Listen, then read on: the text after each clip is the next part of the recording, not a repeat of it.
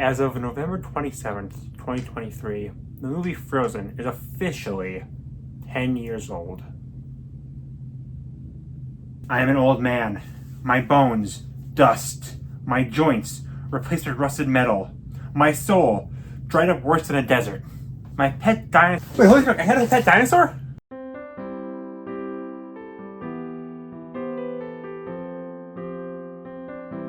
You ever have a piece of media that you're just kind of realize, oh yeah, those times didn't exist? Maybe it's something so integral to pop culture that you just feel like it was always there. Something before your time that you were born into knowing. Something from your childhood you just connect so much that it's hard to remember your life without it. Frozen fits in two of those categories. The film has such a massive effect on culture that it's hard to remember when it wasn't always a thing. From constant covers to other fan works to an immediate change in Disney's entire business strategy, Frozen's stranglehold on pop culture was immediate and unavoidable. And with that popularity, of course, comes backlash. Quite possibly the most vitriolic backlash I've ever seen for a piece of media. So I just wanted to cover all of it.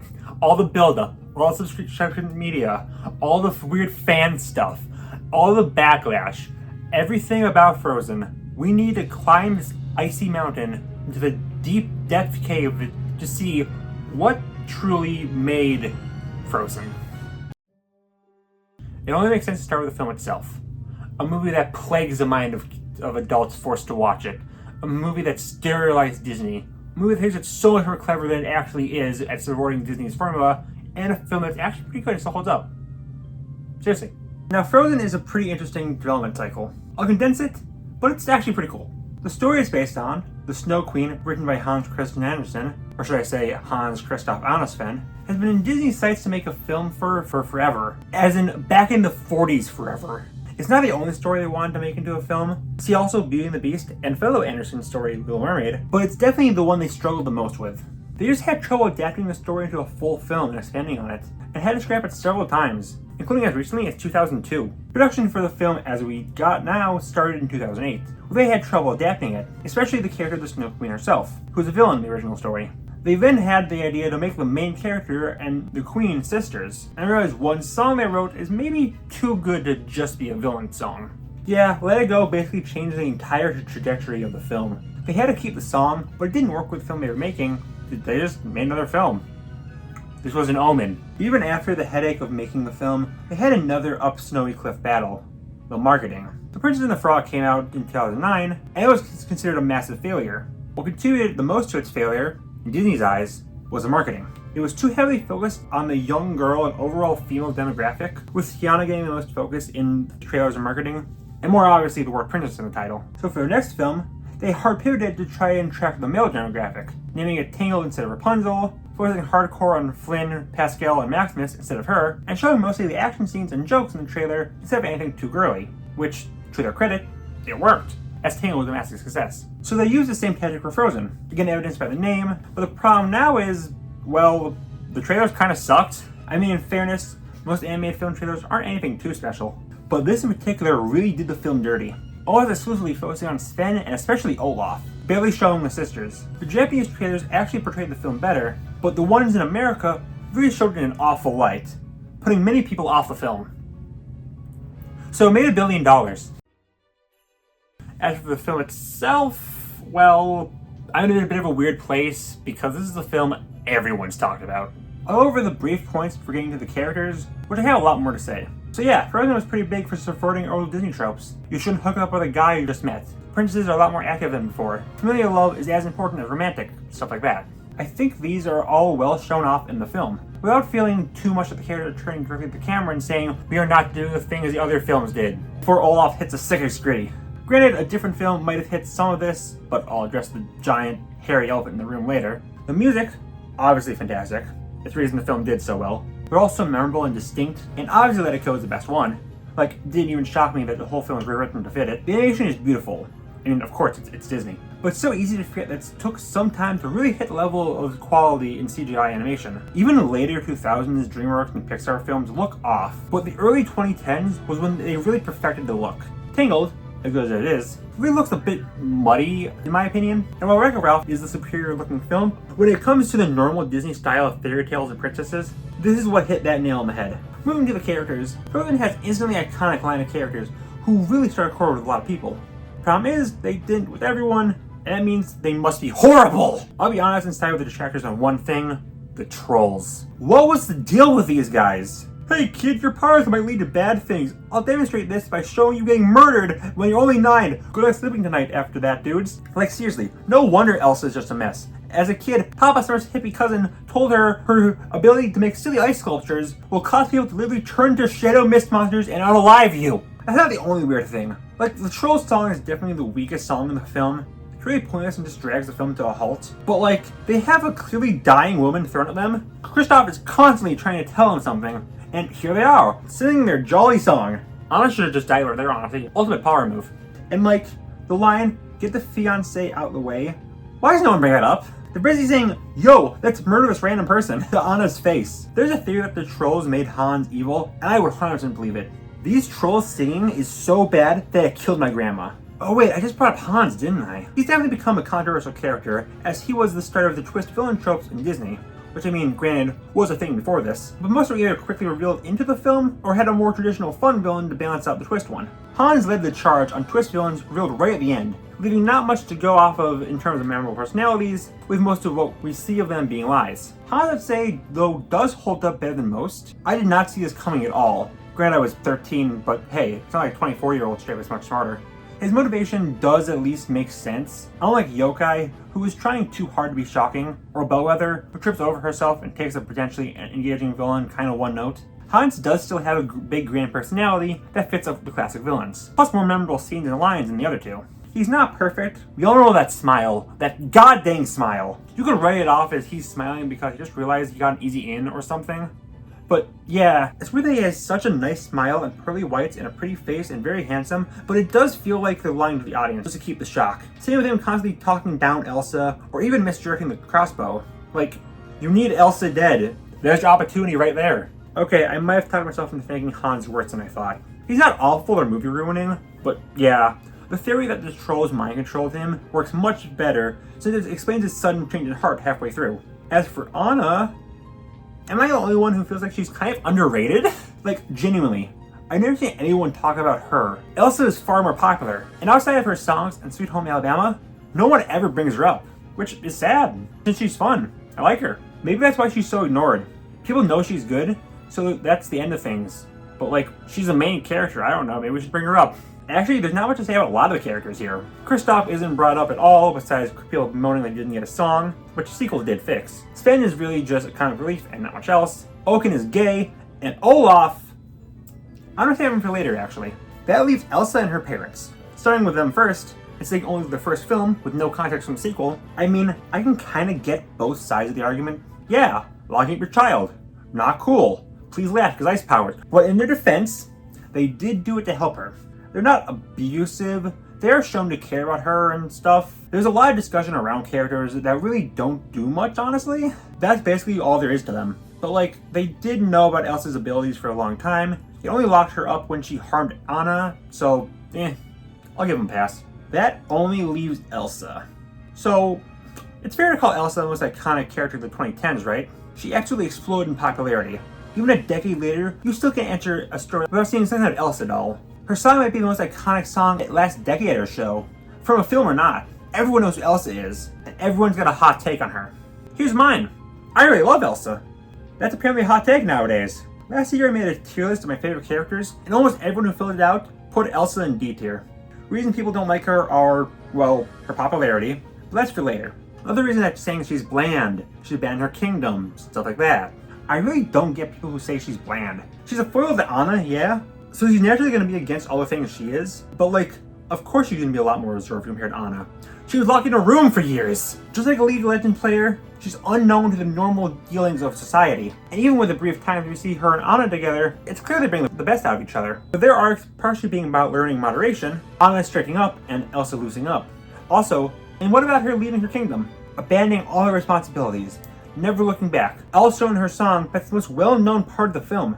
And you're right, She completely turned her back on her kingdom and never gets better. It's the same reason I hate Lion King. Simba sings Hakuna Matata and never returns to Pride of Rock to stop Scar. This pisses me off so much I never finished the film, but I assume this is where it ends. No, you idiot! Yeah, Elsa's great, and I really do believe most, if not all of her backlash against her is simply just despite how popular she is. Also, Marshmallow is the best character. So it's been established. Frozen? Kind of popular film. Might have revolutionized animation. Bit of a big deal. With a film that big, it of course meant fan works. So many fan works. There's more pieces of Incept ship art than there are people who watch my videos. That's why I consider ending myself daily. I can't touch on everything, but I'll hit a few notable ones. I feel like some fan bases have that one guy who's universally seen as the face of the fan base. Like I am for Tough Puppy, on account of being the only person who knows about it. And for this, it's definitely Constable Frozen. They're a Tumblr blog that makes highly edited GIFs and image macros about Frozen, and occasionally crosses over with other films. There's not much to say about these, they're just really well made. From Anna punching the Hulkbuster, Olaf fighting Marshmallow, Anna and Elsa finding Rapunzel wrapped up, and wait, that's four! Concept of Frozen, more like Consumable Frozen, am I right, fellas? Yeah, so a lot of their work is a little fetishy, mostly vor and a lot of incesty undertones. I'm not gonna show that, obviously, but it's definitely there. The interesting thing about Constable is we know nothing about them. I started liking Frozen, everything about them is a mystery. Even their gender. I think it's Harvey Lee Oswald. On the opposite side of Painfully Tumblr, there's Rise of the Brave, Frozen, Tangled Dragons, and Knuckles. This is basically just a huge crossover between the most Tumblr core films of the early 2010s. Basically just a small pool of characters to throw into AUs. I've never experienced anything to come from this since I'm not a teenage girl, but it seems like a glorified excuse to do ships. Which, yeah, I'm not a fan of after finding out Elsa is 21 while the others are underage. Yes, that includes Jack Frost. I know he's a billion years chronologically. He's physically and mentally 16. We are not using lie logic here. You know, this is probably the most iconic crossover ship of all time. For a solid 3 years or so, you couldn't discuss either character. Heck, the entirety of Rise of the Guardians, without bringing up the ship. Just because the two have ice powers. Like, ice manipulation isn't that rare of a power. I made a whole video on it. Where's the love for shipping Ice King and Kirim? Personally, this isn't even the best crossover Frozen ship. I am much more partial to Olaf and Mike Wazowski. The biggest contribution Frozen had in internet culture, besides the thing I don't want to talk about, is its many covers and parodies. There was a time where every single channel you watched on YouTube was state mandated to make a Frozen song cover or parody. Looking back at a few of these, it's kind of funny how almost all of them are just solely let it go. There's a few Do You Want to Build a Snowman, like this one, which I genuinely think was my introduction to Breaking Bad, and a lot of couples covered Love is Open Door, which, like, considering the context, not the best idea. It's like saying Savages at a meeting for public relations. But there's so many Let It Go covers. I don't need to tell you that. How many times was there a viral video of some kid and their dad duetting it in a car? Viral videos kind of died around this time, since it's a lot more common for videos to hit 1 million views by now. And this was definitely its last breath. Instead of covered the Troll song though. Where's the love for the Troll song? Huh. These are all kind of cringy. Wonder why there's so much backlash for this film. There's one more part of, I don't want to call it fan content, that's connected to this film that I do kind of need to bring up. But it is so big, it needs its own segment. Let's talk about Elsagate. So 2013 to 2018, well only 5 years, was a huge time in terms of change. Just look at me, for example.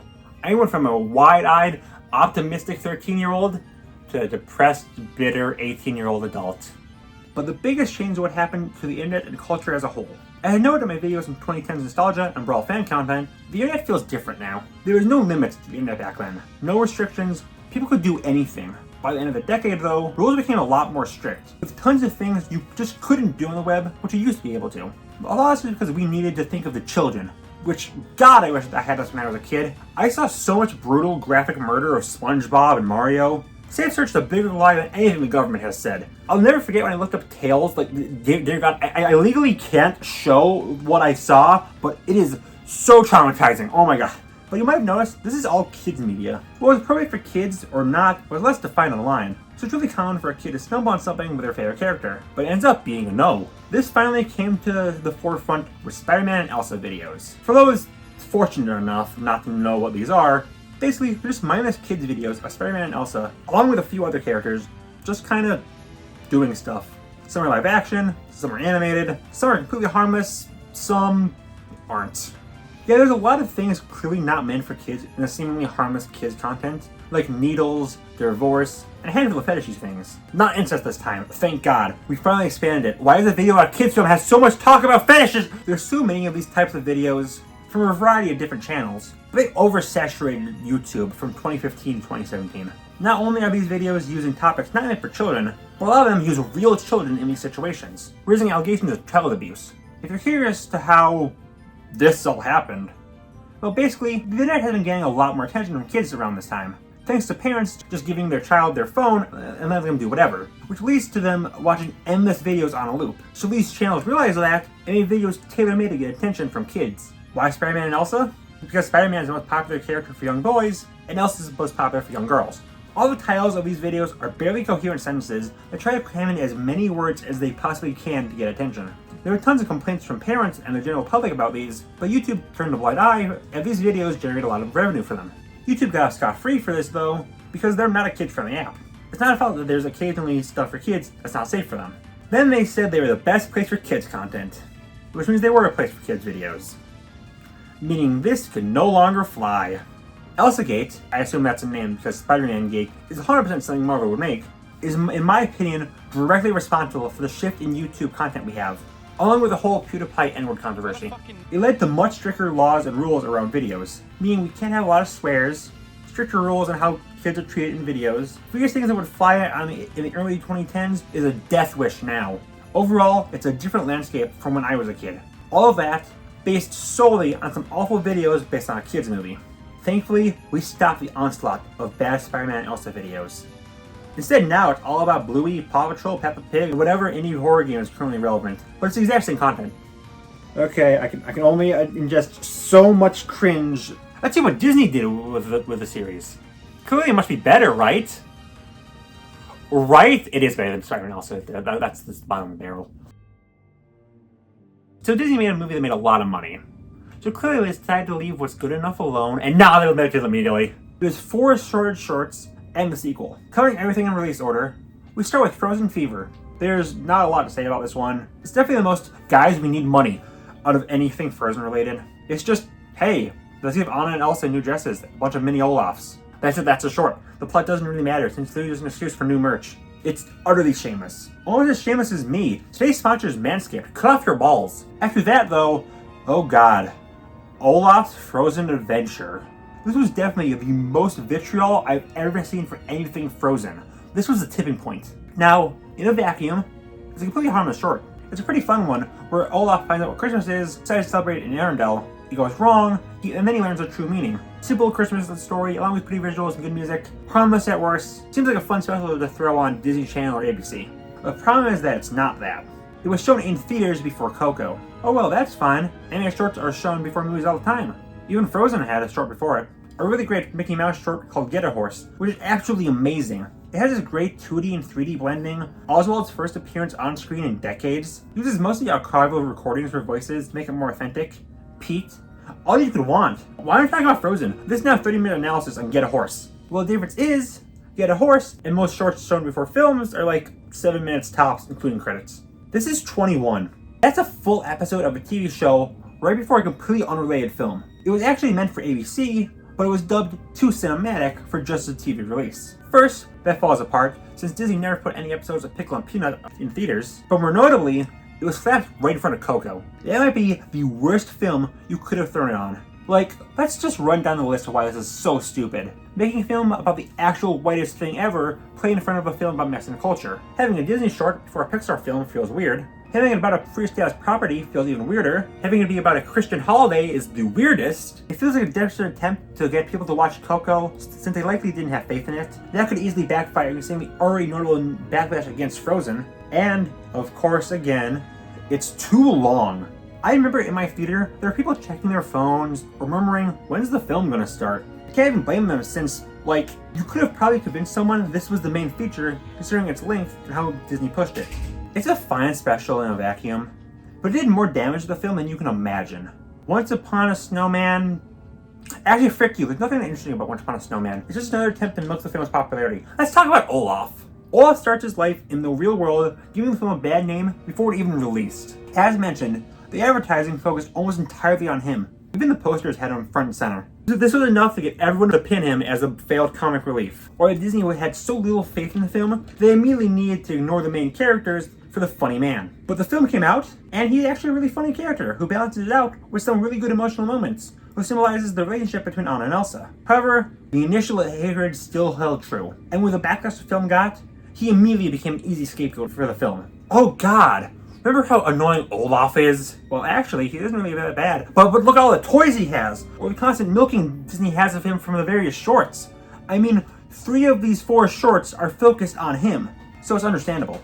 Olaf went from hated to loved to hated all over again. Like the winter snow, falling, killing something pretty, before melting again. Then Frozen 2 came out. This film was huge. The whole cast returned. They had a ton of new songs. It made even more money than the original, peaking at the 10th highest grossing film of all time. And no one mentions it anymore. It seems like no one talked about this film since its release. I never see any covers of any of its songs. Whenever I see kids on Halloween dressed as Anna and Elsa, they never wear the outfits from the film. Aside of making all the money, it made no impact. The film itself is fine. Animation is more beautiful than ever, and there's nothing offensive about it. It doesn't ruin the first film. It's a solid building upon the original. All the characters are still fun. Songs aren't as memorable, but they're still good. Also, Lost in the World is just peak music. It's better than all songs ever made combined. And wait, there's lizards in this. Never mind, better than the first film. I mean, there is still some stupid stuff, most notably the ending. A huge wave is coming towards the town. Everyone is evacuated. The town is basically a showcase of the villain's ego and crimes. There's no reason not to destroy it, and to cop out and don't. Cringe. Oh, and speaking of the villain, he has such wasted potential. The idea of Anna and Elsa's grandpa being this secret tyrant who doomed an innocent tribe and its own men is a good idea, but he's barely a factor in the film. Maybe don't make your main villain appear on screen for only 2 minutes, you know? I've heard the idea of having him come back through the ice crystal things, and yeah, that's great. Have a way for him to manipulate Elsa from the grave. It would definitely make him a more notable villain than he is. Though in his defense, the novel released after did help flesh him out. But not as many people are going to read that as there are going to be ones who watch the film. So yeah, despite all the money it made, and that's really a fine enough film, there's really nothing special about Frozen 2. Just another log to throw onto the fire of Frozen hate. Oh, and then there was that series of Olaf explaining Disney films. It's fine, it's cute, let's talk about Glenn Furry. So I like to think we're moving away from the it's popular so it sucks era of the internet. I mean, don't worry, we're still in that a lot. Look at how whenever we have a popular indie game that we've written out with cringy stuff for kids, until 5 years later pass, and it's suddenly a classic. The animated films might have it the worst. It feels like every one that gets fairly popular will immediately have some giant backlash. Puss 2, Encanto, Mario, Inside Out. The list goes on and on. The only exception to this is Into the Spider-Verse, which genuinely has to be a fluke. There's not even a sequel was immune. Not only did Frozen kickstart this though, it got easily the most vitriolic. For a solid couple years, like 2014 to 2017 at least, Frozen hate was more inescapable than the film itself. If the words overhated and movie or film appear in the title, literally no matter the context, the comments will be filled with people saying Frozen. It could literally be about the top 10 overrated films that are not 2013 Disney animated films with snowmen, and people will still find a way to complain about Frozen. If a video even mentions Frozen, even in passing, expect there to be people complaining about it. CinemaSins and Honest Trailers, 2 of the biggest names in film criticism at the time, never did anything animated for some reason, for years, until Frozen came out, and then they completely ripped it to shreds. Even a lot of the parodies were a lot more mean-spirited. It seems like people just forgot all of the good qualities, or purposely ignored them, and exaggerated its bad parts, with making out Olaf be much worse than he is, or acting as if the Han twist was some affront to God. But the absolute pinnacle of this is all the comparisons. Think of animated film, before or after, and I guarantee it's been compared to this film. The films released in 2014 were the ones that got the most. How to Train Your Dragon 2, Lego Movie, and of course the Disney film released after Frozen, Big Hero 6. But hey, you know, not only was the film after it better, the film before it was too. None of these films have anything in common. But God, we do need to fight Frozen, so who cares? Well, what about the Princess films released before? Oh, Princess and the Frog was before this. God, 2D animation is so much better. We really had a wasted on this. Wait, the next Princess film after Frozen was 3D? Well, it's not Frozen, so it's automatically better anyways.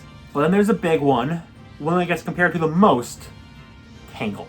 I mean, it makes sense. The 2 are very similar films, and more notably, Tangled was first. It did everything Frozen did, but arguably better, and before it. But Frozen became the big hit for Disney, while Tangled got left behind. I mean, just look at the horrible treatment it got. A full TV series, a section in Disney World, merch to this day, a possible live-action film, 2 shorts, multiple books, a appearances in multiple games ever since the film came out, and a passionate and still active fan base. What I'm trying to say is, Tangled fan base, they're there. It'll be alright.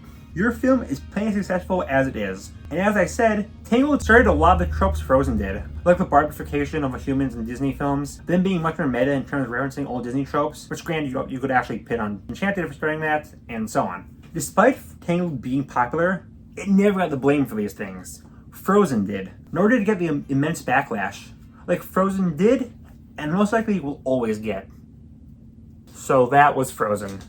One of the biggest films ever released that immediately spoke up in popularity, fizzled out because of an immense backlash, became more popular than the actual film, until it just kind of existed. I guess you'd really say that its popularity is Frozen.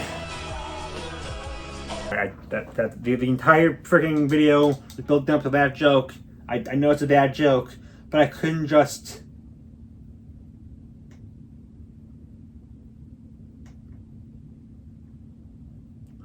let it go.